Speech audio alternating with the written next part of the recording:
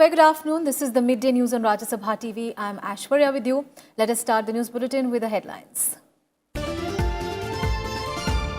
JNU submits report to HRD Ministry over violence on campus. Case transferred to Delhi Police Crime Branch. Home Minister Amit Shah speaks to Delhi Lieutenant Governor, seeks a report from the police.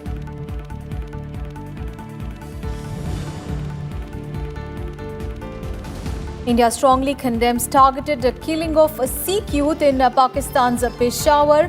MEA demands exemplary punishment for the perpetrators of heinous acts.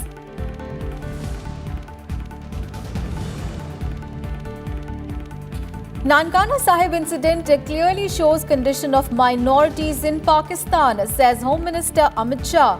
Calls the attack an answer to all those demonstrating against CAA.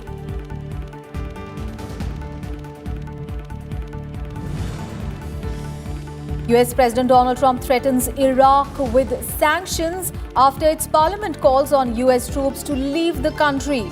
Iran rolls back nuclear deal commitments, vows revenge for the assassination of General Soleimani.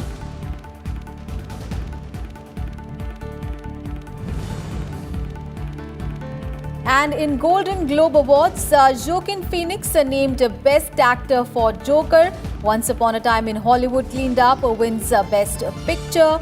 Quentin Tarantino takes home gold for his screenplay.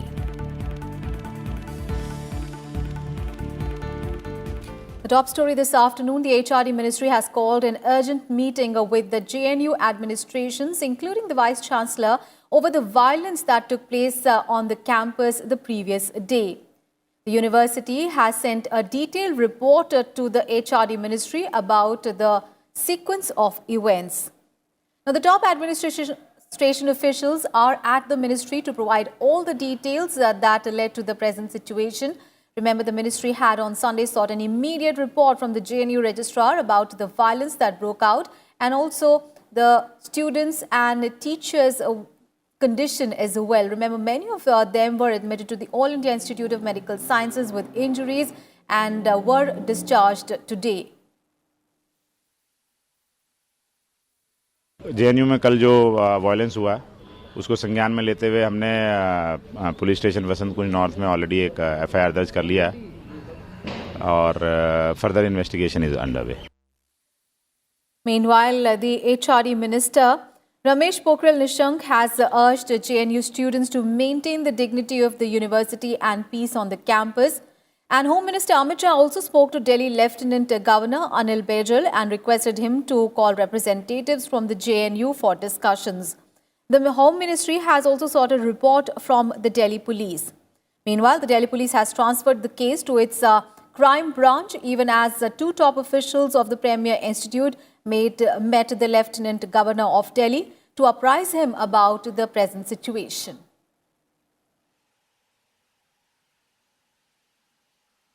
And JNU Vice Chancellor M.D. Jagdish Kumar has appealed to all the students to maintain peace, saying that the top priority of the university is to protect the academic interests of students.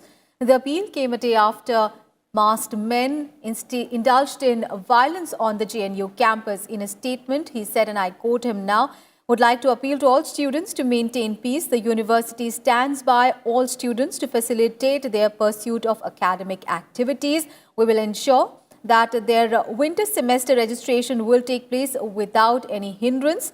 The top priority of the university is to protect the academic interests of our students.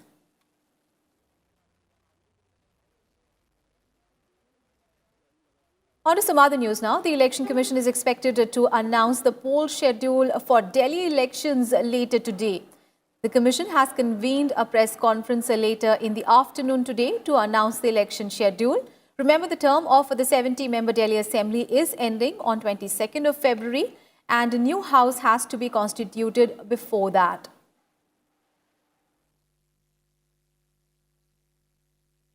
All right, our colleague Ravindra Singh Shoran is now joining us on the phone line for more details. Ravindra, so we have been seeing for the last 2 weeks, the Election Commission has been holding a series of meetings to decide on the dates for the assembly elections in Delhi, and the current Assembly expires in February this year. So what details are you getting on the reports of Delhi Assembly poll dates to be announced today?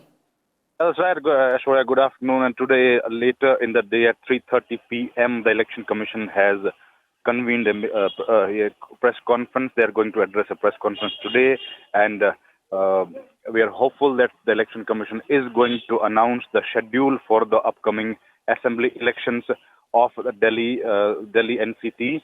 And as we know that in the last election, which happened 5 years back in February, is the time when the term of the current assembly will expire, and before that, the Election Commission is going to hold the election. And the notification after the election will be announced, then the Model Code of Conduct will come into force, and the government will not be able to take any kind of decision which is related to any policy. And in the last election also, we have seen that it was a big victory for the present dispensation of Aam Aadmi Party. But this time, the BJP, which is the Modi government, which is back in the power in 2019 with a huge victory, and BJP is quite hopeful that this time they will be able to do good in this election, and they will be able to retain the seat and retain the power in the national capital. Ashwarya.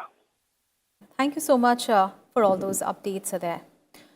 All right, let's now get you some other news. India has strongly condemned the targeted killing of minority Sikh community in Pakistan. Now, this comes after reports emerged of a murder of a Sikh youth in Peshawar. Ravinder Singh was coming to Peshawar from Shangla when he was murdered.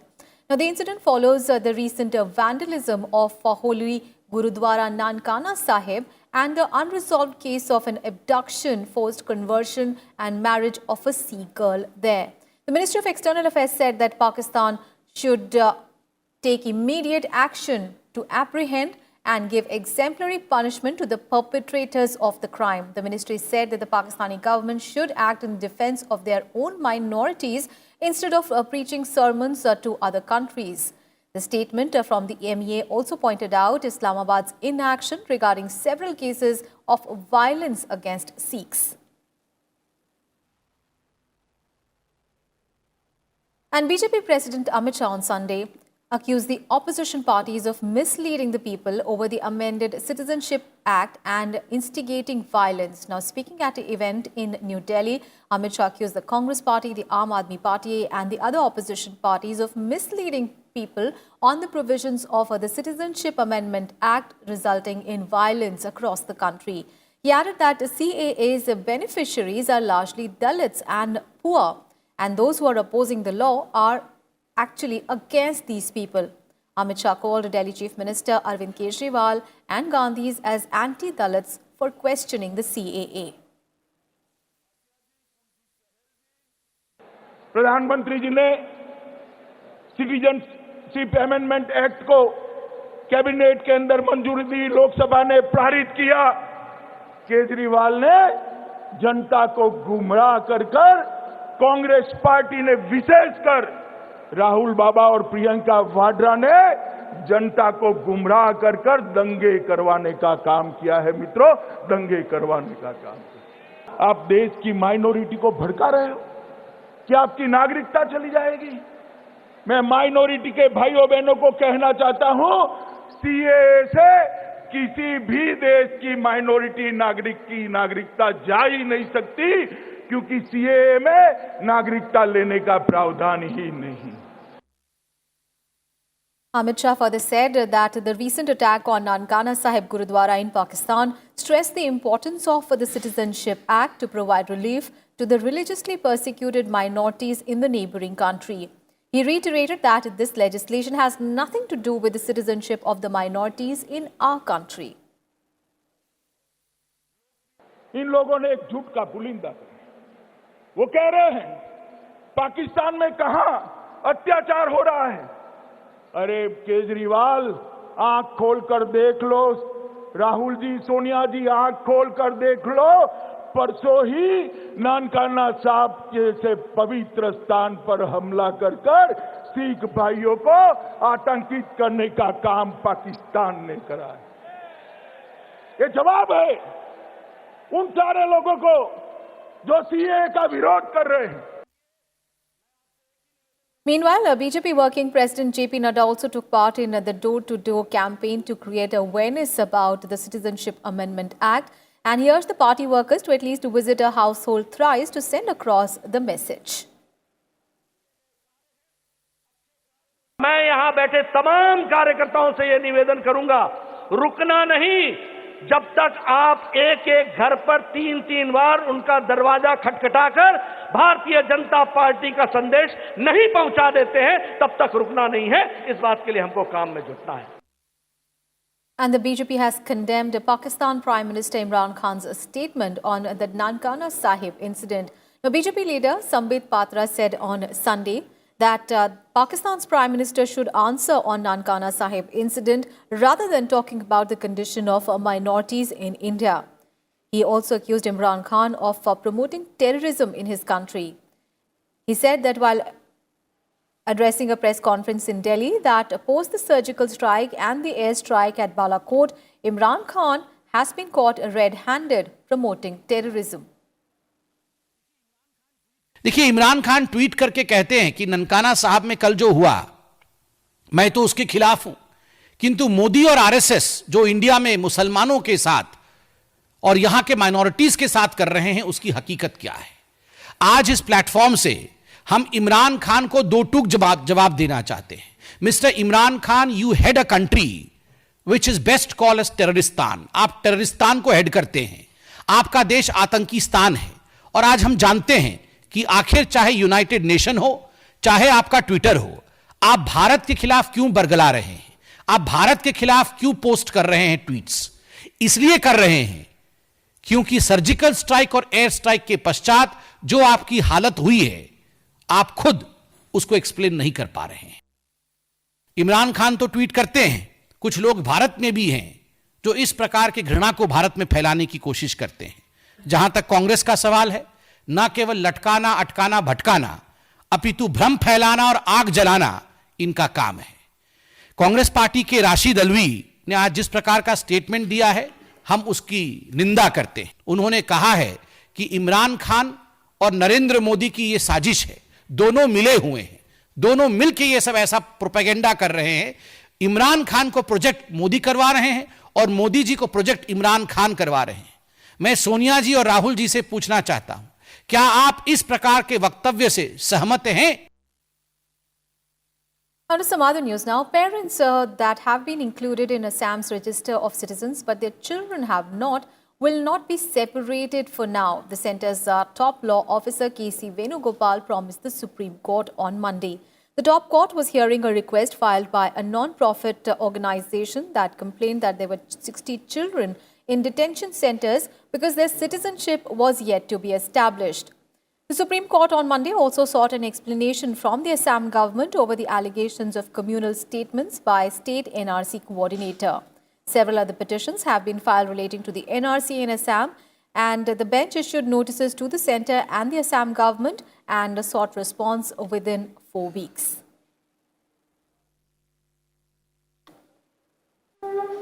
News from Rajasthan now.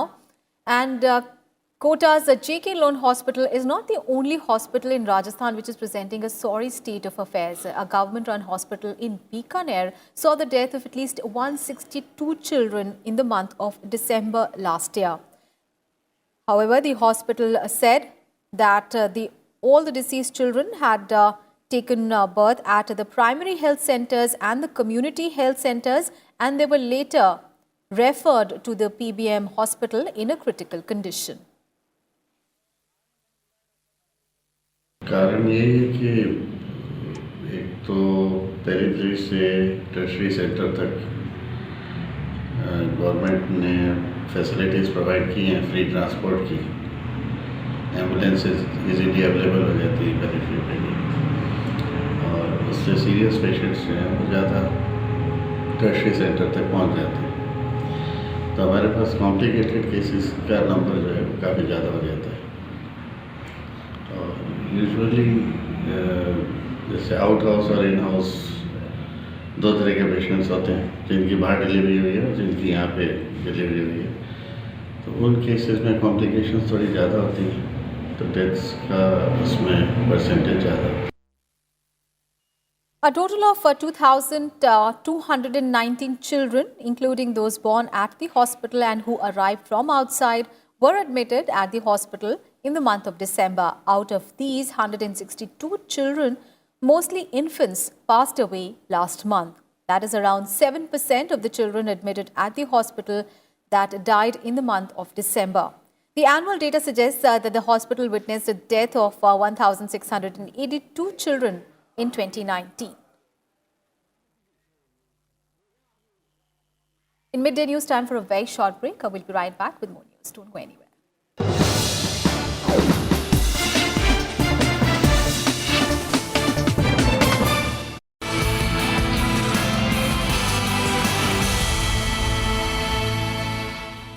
So this week on The Pulse, we are going to talk about the changes technology has brought about in the reading culture. How has it changed the relationship between the publisher, the writer, and also the reader? And the relevance, context, and importance of writing in today's age.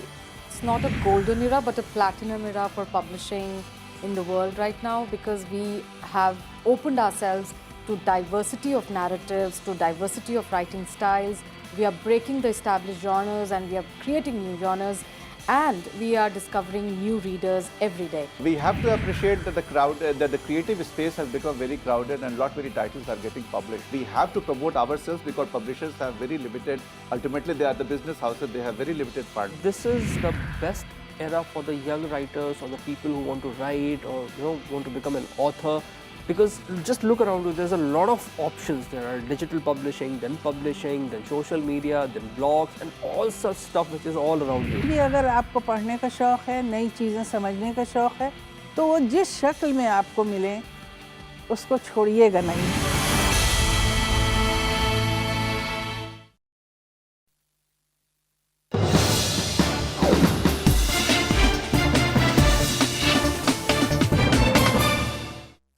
Lok Sabha Speaker Om Birla is leading the Indian parliamentary delegation for the 25th Conference of Speakers and Presiding Officers of the Commonwealth in Ottawa in Canada. Rajya Sabha Deputy Chairman Harivansh and Secretary General of Lok Sabha Snehlata Srivastav are also taking part in the conference. Now, the 4 workshop sessions and a special plenary session will be held during the conference.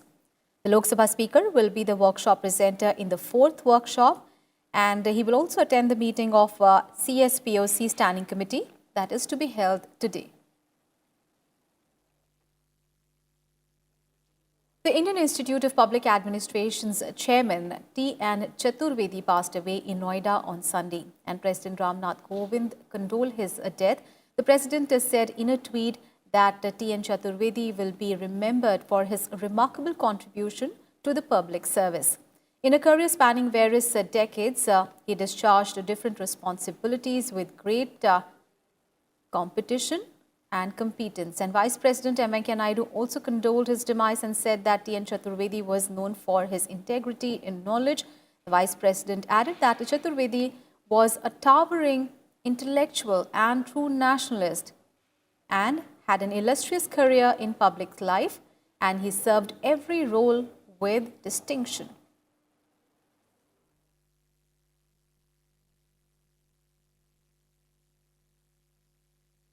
External Affairs Minister Dr. S. Jaishankar on Sunday spoke to his counterparts from Iran, Oman, and United States as well as the UAE regarding the escalating tensions in the Gulf region. Now, the exchanges were a part of the international consultations among various stakeholders that began after Iran's Major General Qasem Soleimani was killed in an American drone attack in Baghdad.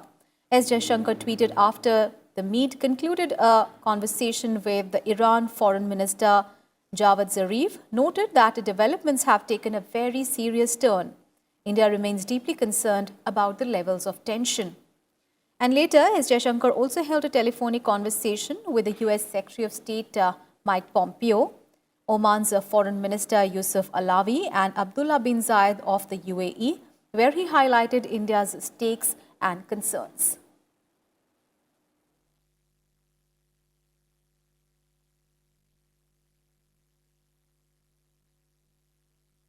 And in related news, Iran has declared that it will no longer abide by any of the restrictions imposed by the 2015 nuclear deal. In a statement, Tehran said that it would no longer observe the limitations on its capacity for enrichment, for the level of enrichment, the stock of enriched material or research and development. Now, the announcement followed a meeting of the Iranian cabinet in Tehran. Remember, under the 2015 accord, Iran agreed to limit its sensitive nuclear activities and allow in international inspectors in return for the lifting of economic sanctions. U.S. President Donald Trump, remember, had abandoned the deal in 2018. Tensions have been high in the region over the killing of Iranian General Qasem Soleimani by the United States in Baghdad. And on Sunday, hundreds of thousands of people turned out in Iran to give Soleimani a hero's welcome ahead of his funeral on Tuesday. However, Donald Trump has also threatened major retaliation against Iran if Tehran were to retaliate for the killing of Soleimani. And after the targeted killing of Iranian commander Qasem Soleimani at Baghdad International Airport, the Iraqi parliament has now passed a resolution calling for foreign troops to leave the country. The resolution called on Iraq's government to work towards ending the presence of all foreign troops on Iraqi soil. The vote represents a rebuke of the United States over its targeted airstrike on Iranian commander Soleimani in Iraq earlier on Friday. Meanwhile, U.S. President Donald Trump threatened sanctions against Baghdad. The president said that if American troops did leave, Baghdad would have to pay Washington for the cost of the airbase there.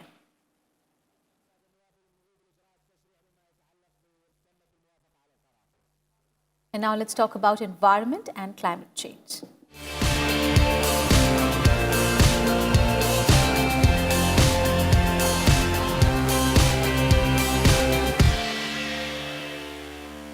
Zambia is fighting a devastating drought caused by a dramatic shift in weather patterns. Temperatures in parts of South Africa are expected to rise by twice the global average as a result of climate change.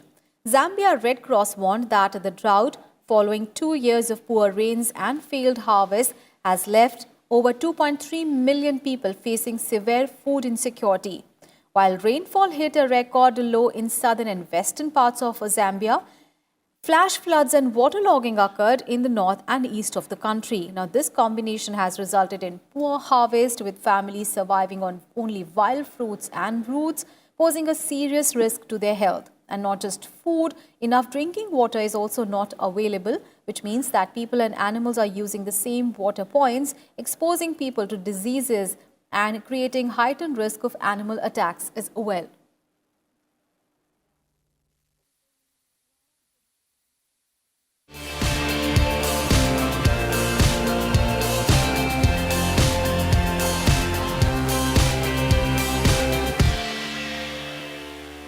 And in more international news, Australian Prime Minister Scott Morrison announced an additional $2 billion Australian dollars over the next 2 years to a new agency to coordinate a national response to rebuild communities and livelihoods following the deadly bushfires there. The National Bushfire Recovery Agency will help bushfire-affected communities to recover. The agency would be funded with an initial $2 billion Australian dollars to ensure the families, farmers and business owners hit by unprecedented bushfires will get the support that they need as they recover.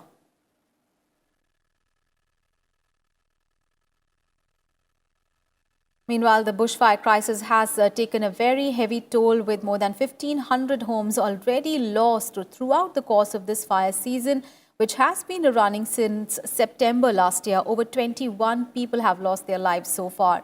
Meanwhile, fires also continue to burn across several regions of the country, including New South Wales and Victoria, which, however, on Monday received some relief due to some rains.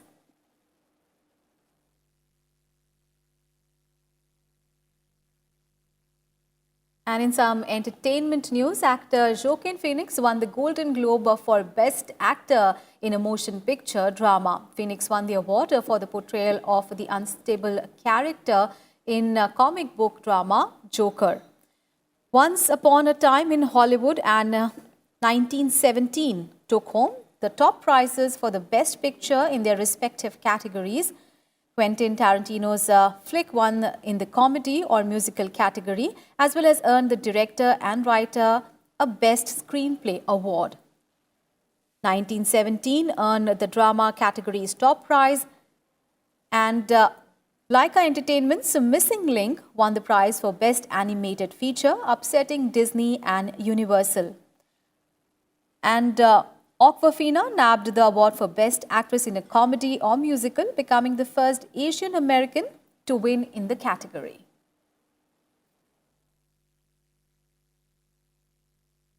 And with that, we wrap up this edition of Midday News. Thanks for watching.